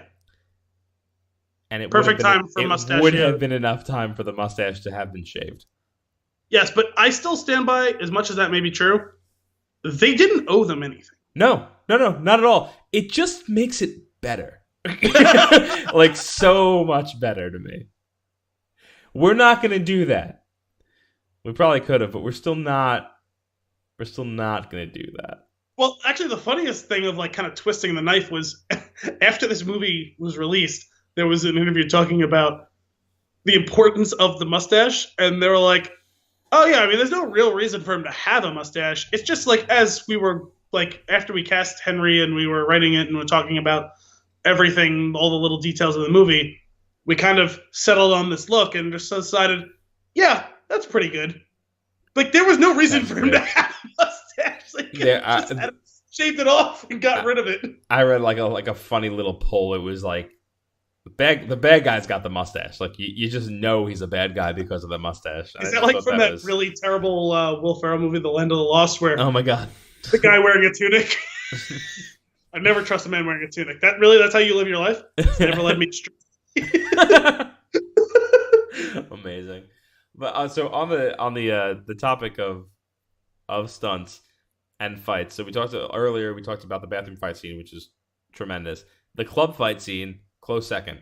I really enjoyed that as well. Using the crowd and like bouncing around over things was really well done. There's another fight scene in this movie that is not good. Which one? It's very bad. Okay. It's the sequence with Alec Baldwin. Yeah, but it's okay because it's Alec Baldwin. He's right. Old. Isn't that funny? It's so terrible when I'm watching it. It's like, oh, that's not up to snuff with everything else. But it's cool. Although Alec Baldwin is only 4 years older than Tom Cruise? My God. Than John Voight. He's John Voight's age when John Voight was in the first one. I mean, doesn't John Voight also have a very bad fight scene in that movie? Does he? I don't even remember. I think he does at the end. Does he just get hit, though? Doesn't he just go down, like, real quick? No, because then that wouldn't be fun. But everything. It's not fun when a young man is beating up an old man. It's fun when the old man has some fight in him. But so, no matter how unrealistic that may be. And Alec Baldwin had some fight in him. He tried. He really tried. I was sad to see him go. I ended up being legitimately upset that he's going because it was in that whole sequence. Welcome to the team, sir, or Mr. Secretary, whatever. I was like, you know what? He is a part of the team. I'm glad he's on board. Yeah. Alec Baldwin is a cranky old man. So to see him having fun on screen, I actually kind of enjoy it. And while he's on screen, though, for whatever reason, just because of he carries like a good weight with him when he's on screen and when he delivers his lines. And I so much want him to turn into his character from The Departed just randomly. Like just start cursing out people. Like that would just go fuck yourself. Like it would be amazing. But it was very, very sad to see him go. I love the relationship between him and Ethan, though. It ended up becoming interesting. Yeah. Sad. Very sad. But yeah, that fight was just silly. But I think it's supposed to be. It's almost slow motion. It goes on. Honestly, the fact that it goes on for 30 seconds is 29 seconds too long because Henry Cavill would have killed him with the snap of his finger. Probably. He would Thanos him out of existence. Can we talk about Henry Cavill for a minute? Because sure. I have a take. Okay. I'm going to start a petition to just eliminate Henry Cavill and just replace him henceforth with Armie Hammer. Because anything that Henry Cavill can do, Armie Hammer can do better. Anything you can do, I can do better. Tell me that, and it's funny because the two of them co-starred in The Man from U.N.C.L.E. Which I never saw, but I know the two of them faced off kind of in that or whatever, or butted heads in that. Tell me that he couldn't do anything that Henry Cavill does better. No, I agree with that. I'm a big fan of Armie Hammer. I feel like Henry Cavill is redundant to all of this. That's so sad. That's so mean. But I don't disagree. Because Armie Hammer cracked me up in, what's it called? Free Fire? Free Fire. Oh my, he crushed it in Free Fire. And like a lot of, I mean, not that Henry Cavill is like a terrible actor, but some of his stuff is just kind of wooden and flat. I feel like Armie Hammer would do it with a smidge more pizzazz, and he's got the same like kind of hulking structure. Like he can be physically imposing. I don't know if he can be quite as jacked as Henry Cavill is per se, but similar frame. Well, you know what? It's funny in the sequence of them diving out of the plane and him being cocky and annoying. It didn't fit Henry Cavill the same way that it would have fit Armie Hammer. The problem is he's just robotic. Yeah, and I agree with that. That Armie Hammer would do a better job of it, of anything that Henry Cavill has done on screen that I've seen. Yeah. With the exception possibly of his role in Count of Monte Cristo. I'll give him that one. Mm-hmm. Not that requires great acting chops, but I thought he was just fine in that. So can we talk about that parachute scene? It was pretty cool. That was a lot of fun. I would say it didn't, for whatever reason, maybe I'm just not remembering it right. It didn't feel like so there's always, how every Mission Impossible movie, there's a big stunt high to low, right? There's some ridiculous thing where you start really high and you end closer to the ground, and it's just an absurd stunt. First movie is obvious. Who would have thought that the CIA break-in was the most tame? Right. So the first movie you're lowering down on the wire, right? It's the classic scene. The second movie, doesn't he dive through an open vent shaft in a tall ass building? It's the same scene. He leaps. No, it's not the same, because in the first one he lowers himself into a room. This one he does it at a high speed. Slowly and carefully. In the second one, he leaps from a helicopter and flies through an open vent that is very soon to close, that if it closes on anything solid will set off an alarm. And his timing was off, so he had to do it at full speed instead of lowering himself. And he's hanging, similar to the first one, and has to cut the cord, but he can't drop too hard under the surface below him, similar to the first one. But in this case, there's a guy watching. He has to wait for him to walk past. Yeah. So there's a time element to all of the thing. It's absurd. Does he have... Oh, the third one is the one where he does the pendulum jump off the side of the building. The third one, he had to break into an upper floor of a building. Uh-huh. And he goes to the top of the other building, shoots pins and stuff like that, and hooks up a gigantic pendulum. Okay. Because they show him on the glass, looking at the buildings, doing fucking calculus equations to prove that he could do it. And he does this swinging pendulum leap on top of a slanted roof building that he lands on, slides down, and shoots a bunch of dudes from. Then the fourth one being an awesome scene. It was pretty cool. The fourth one was the Burj Khalifa scaling thing. Mm-hmm. And then he leaps off of that building at the end of it while he's trying to disarm the thing, and he falls into bushes. He aimed for the bushes, right. I believe, was basically what happened in that one. Well, and then the movie there. Yeah. And then Rogue Nation, he jumps into that giant, kind of like the Transformers The Last Night underwater anus. He jumps into that thing. That's the water. I saw that. In Rogue Nation, when he has to go underwater to replace this liquid-cooled supercomputer with all this security information, he has to replace it so that they can break into the thing, and he leaps into this giant opening where all the water is cascading into, and he lands through the opening into water and shoots down this tunnel with the current.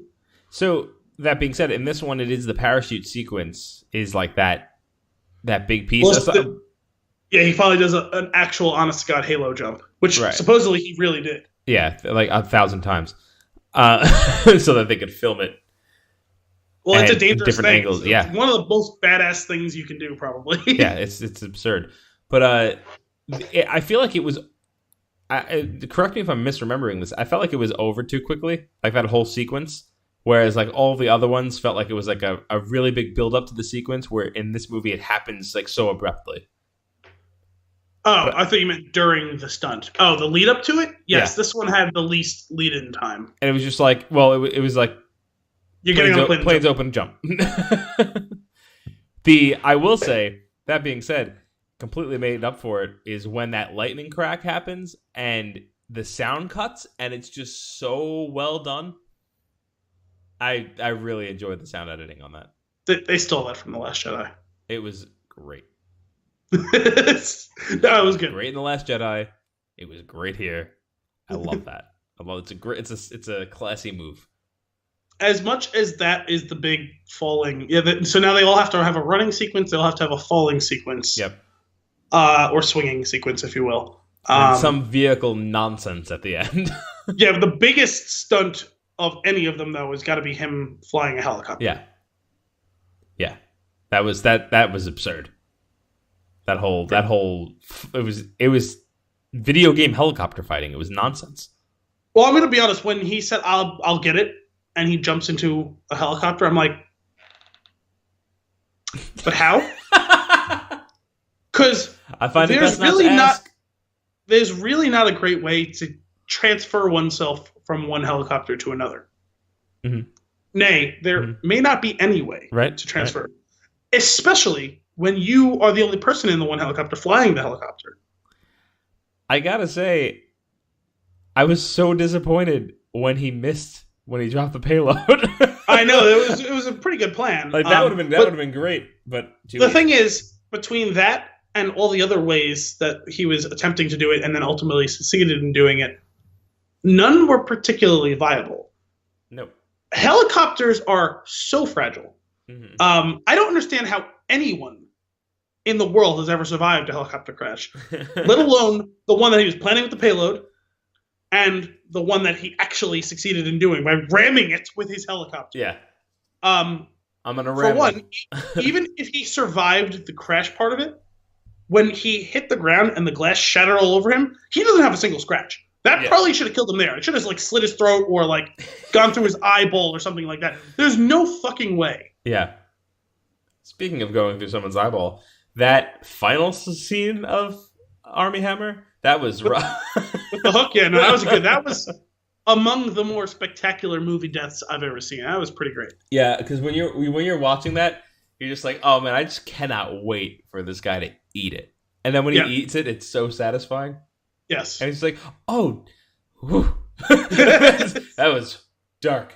That was a rough way to go. So I said Armie Hammer specifically because of after the Halo jump, Henry Cavill delivers the line like, "Lost your tank" or something along those lines. Yeah, lost your oxygen tank or something. Which him delivering it, nothing. If Armie Hammer was delivering it, I would have laughed out loud probably. Yes, I expect that from him. I expect that not. I feel like Armie Hammer is Bradley Cooper's character from Wedding Crashers, just a little less douchey. Is that fair? Or at least he can pull it off. No, I think he can pull up. No, because he doesn't strike me as manic as him. You know what I mean? Yeah. That's true. He doesn't have the raging testosterone, possibly on steroids vibe.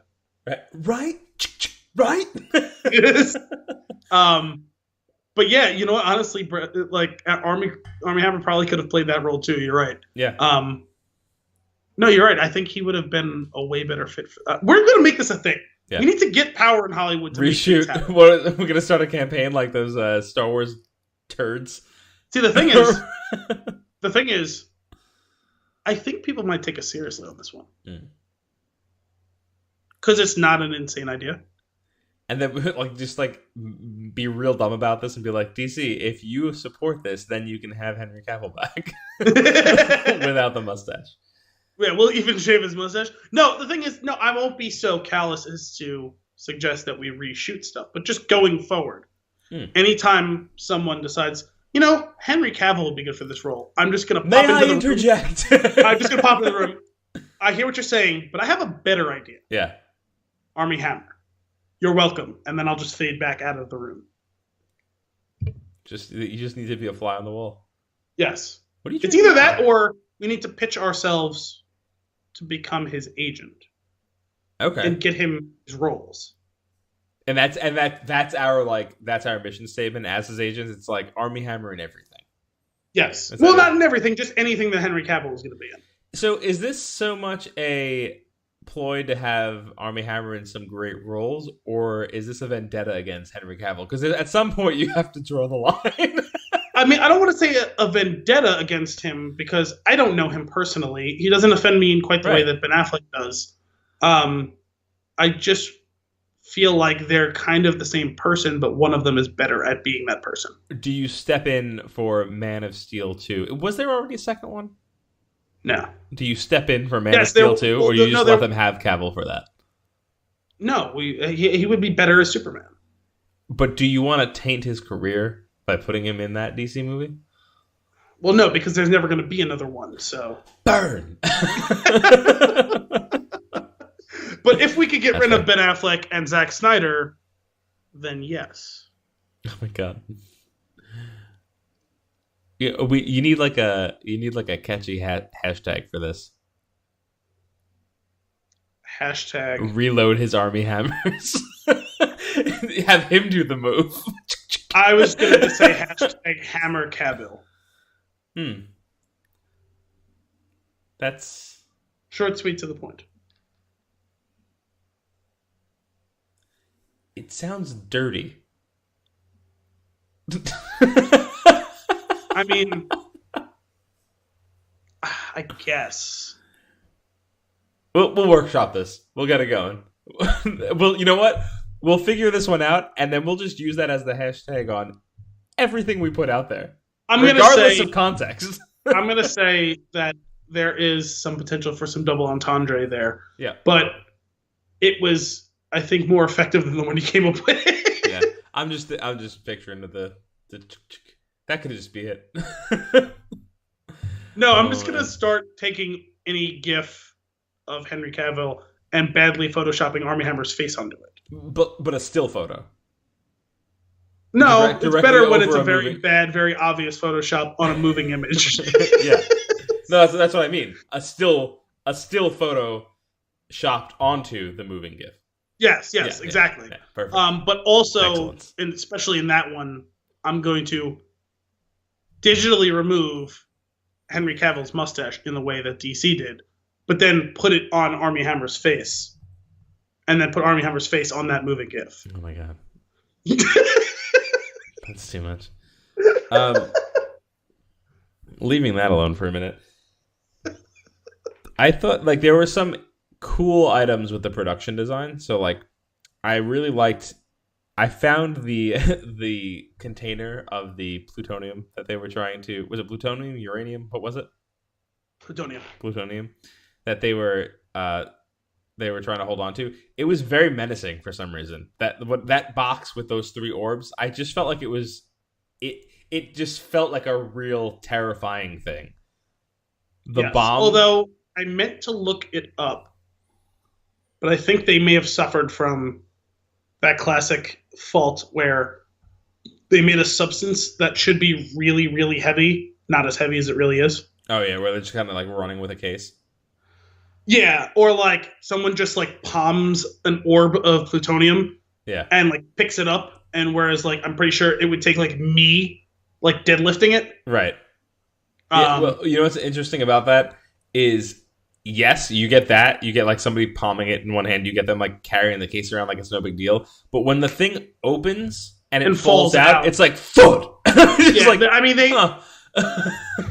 They were in the realm of getting it right, but I still feel like they missed the mark. But also probably because plot-wise, it would become burdensome. Difficult. Yeah. The other thing was the bomb that they crafted I thought that was well made too. I don't know how feasible it would be from a physics standpoint, but it was cool. Yeah, no, exactly. I don't care about any of that. I do think. Well, I get caught up in some of that stuff. Yeah. I will say that it did become way too convoluted. The layered fail-safes. Yeah. like, come on, who the fuck was designing these things? Like, this is way too specific. It's perfect. Like, the level of specificity required to make a nuclear bomb is not lost on me. But just the whole system of the 2 things tied together and also tied to the detonator and this and all that whole thing, it was just a bit too much. Yeah, that would have been great if there was legitimately no way to stop it if it turned on. Also, for a moment, I thought that they were missing a bomb. What do you mean? Oh, because there was 3 plutonium spheres. But they got one though, didn't they? I know, but I forgot because they got it, and because Walker was a bad guy. I thought he had it in his possession. Gotcha. For a little while, and I was confused. That would have been a real twisted ending. Because they were talking about the 2 bombs, and I was wondering for a while, are they going to disrupt these 2 things, and then the third one's going to go off, and they didn't really succeed, and this is the first time that IMF doesn't succeed? But then I kind of did like the shell game thing where you count up all the things and figure. I was like, 1 plus 2. Wait, no, they actually took 2. that one back because it was a payment, and Tom and Ethan Hunt had the thing, and he was in contact with them. So yes, they have the last one. But for a minute, I was like, I feel like we're missing something here. Right.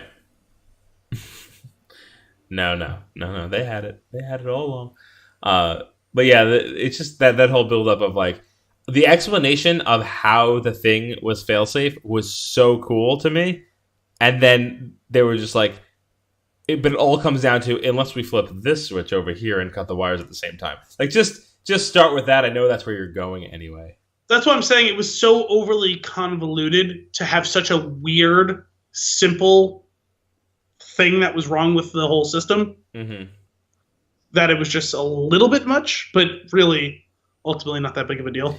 I also just love how I understand that they got the plans and stuff like that, but this is like one of those things that you just have to accept that Luther is good enough that he's able to look at those plans in probably about the 13 seconds that he had overall with all the other things that are going on to really analyze them, that he knew enough about how to disarm them. I just love that. Like that's just like a running thing in these movies. This guy always knows how to do this stuff. No, the thing is they had an off-screen time jump because that's true, they had to travel there. Well, not just that. There was that, but also even before that, remember they said it was a 36-hour delay before the tracker was going to come online. And what happened on screen was not 36 hours worth of time. Right. That's true. Still, it just feels like that's too quick of a time for him to perfectly understand exactly how to do it. Well, that was the one time that was probably the one time the pacing was kind of a little clunky. Was that whole interlude where he's talking to Ilsa and telling her about Ethan and wanting her to get out of the way, kind of. Yeah. Yeah. That was I like Luther. Me too. I ended up being very disappointed when I found out he wasn't in Ghost Protocol. That was probably another reason why Ghost Protocol was no good. Yeah. Because there was no Luther in it except for that one cameo at the very end. He's been the one person who's been with him start to finish. Yeah. That's true. Oh man, what a great character. Love it. The only other note I have here, which one that I really enjoyed, was the fake out in the hospital. That was really cool. I liked that a lot. It's also that's like a straight callback to like the first movie one. They did like that same type of thing where like the whole fake room. Second one. First movie. The opening scene of the first movie.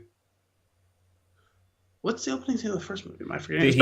He's trying to like pull information out of somebody. He's wearing one of the masks, and then after they get the info and knock the guy out, like they like knocks on the door and the window at the wall, and then like they just like deconstruct the room that they're in, and he pulls the mask off.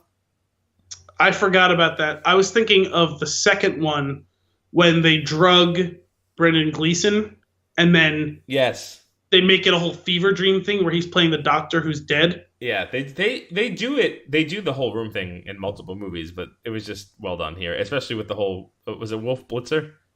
Yes, that was great.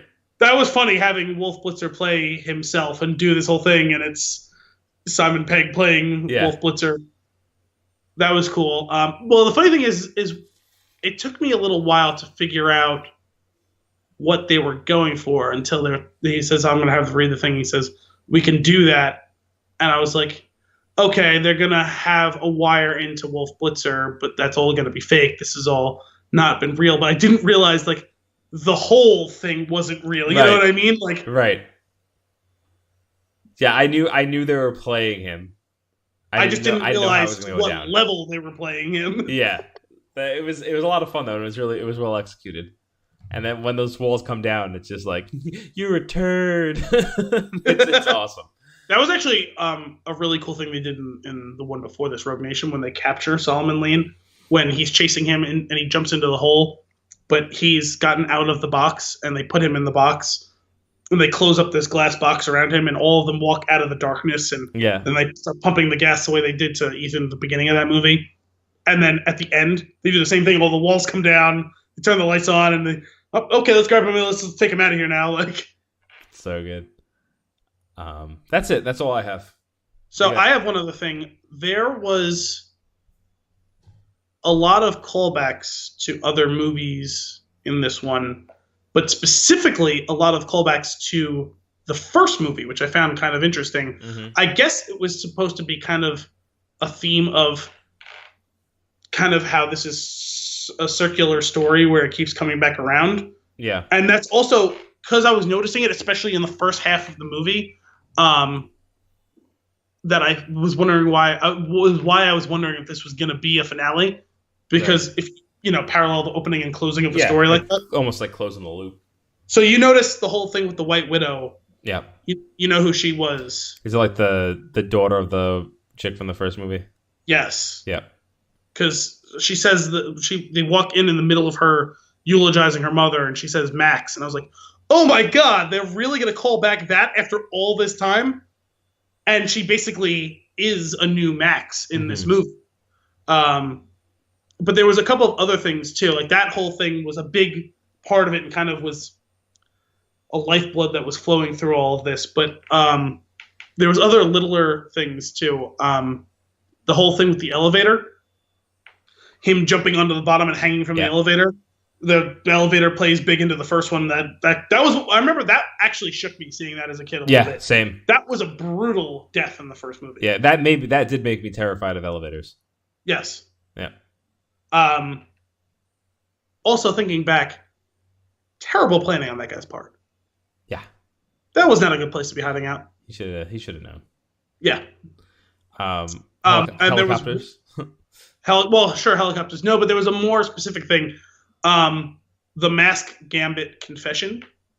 I know we talked a little bit about it. You're talking about the very beginning of the first one, and then me talking about the thing with the second one. But specifically, swapping Simon Pegg, Benji's character, for Lane and getting Walker to confess to him was what they did at the end of the first one when Ethan on a hunch plays the John Voight character to get the confession out of the girl. It was almost exactly like the same thing they did in this, which I thought was kind of cool. Although it got to a certain point with all of this where it's almost self-cannibalizing at this point. You think so? Almost. But no, overall, I actually appreciated it because it's, like I said, this is the first one that was a direct sequel. And also, there's been little callbacks here and there throughout the series. But this really, I guess, showed an appreciation for where it's come from. Mm-hmm. Especially when you see these all updated versions of those things. Yeah, it could have felt like a callback, but it almost felt more like a resetting and like pushing forward with like a new set and like talking about like we're gonna bring in all the good stuff, all the stuff that you like. Let's bring all that in. I think for me, it was putting all of the things together was what was an issue. If it was one or two of them, I would have been like, oh, yep, that was good. And then if like the next movie they did that, you know what I mean? Yeah. They kept pulling. What if in the middle of this, what if how he got the other helicopter to go down was a stick of explosive gum? Well, that would have killed you, right? That would have just put the nail in the coffin. Way too much. Yes. Anything else? Don't chew it. Oh man. I actually really like the Max thing because I actually think even it was probably a deep cut. There's probably a lot of people who sat and watched this movie who haven't seen the first one or don't remember the first one, and probably that went over their head. Yeah. Even though like they weren't really hiding it, but that was, I actually think, a really cool acknowledgement of what came before. Yeah. Because I'm sure it wasn't lost on him, the relevance of that, but she clearly didn't understand. Right. Because how would she know? He's used a billion different names. That's also, I mean, that's almost I don't know if this is what you meant earlier, but that's almost like a one-to-one scene where he's playing the character because he realized the other person doesn't know what the character looks like. Yes. Yeah, that's... Well, I guess in that case, it's kind of a double-layered version of that, because he's playing a character in that way. Man, your family's dumb. Yeah. You know what? One thing that I didn't talk about was the sequence with the armored car. Yes. And basically the dream sequence where he's basically playing through his mind the potential terrible possibilities of what'll come out of this. Well, that's what I mentioned when I was talking about the varied structure of the movie, where it was the Sherlock Holmes thing where he sees the future of it all. That was what I was referring to. But yeah, I guess we didn't. That scene though, it's well done because it's like it could have easily, up until that point, when he turns the gun on the guy, I'm like, oh, I see what we're doing, because you know his character is not going to do that.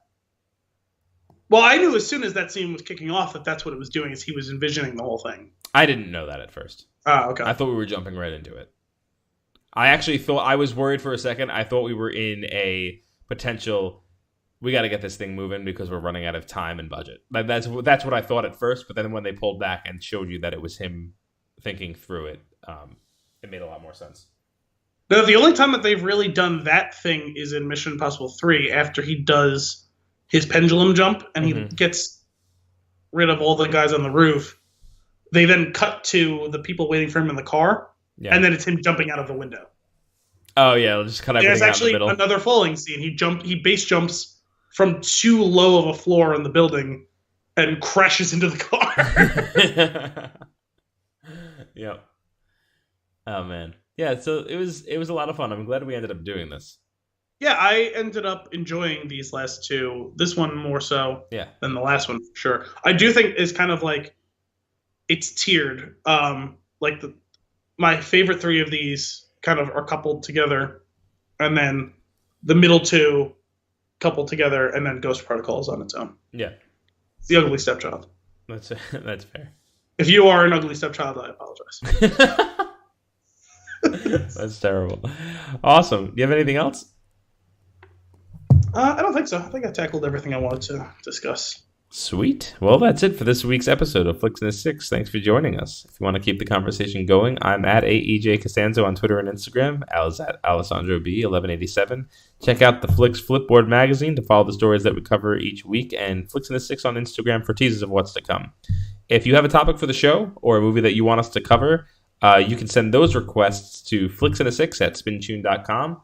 And we will be back next week for more movie and beer goodness. We are going to need some help coming up. We don't have any. This is the end of Blockbuster season as we know it. Right. We need some stuff to tide us through till September. So please send us your suggestions. And until next time, cheers.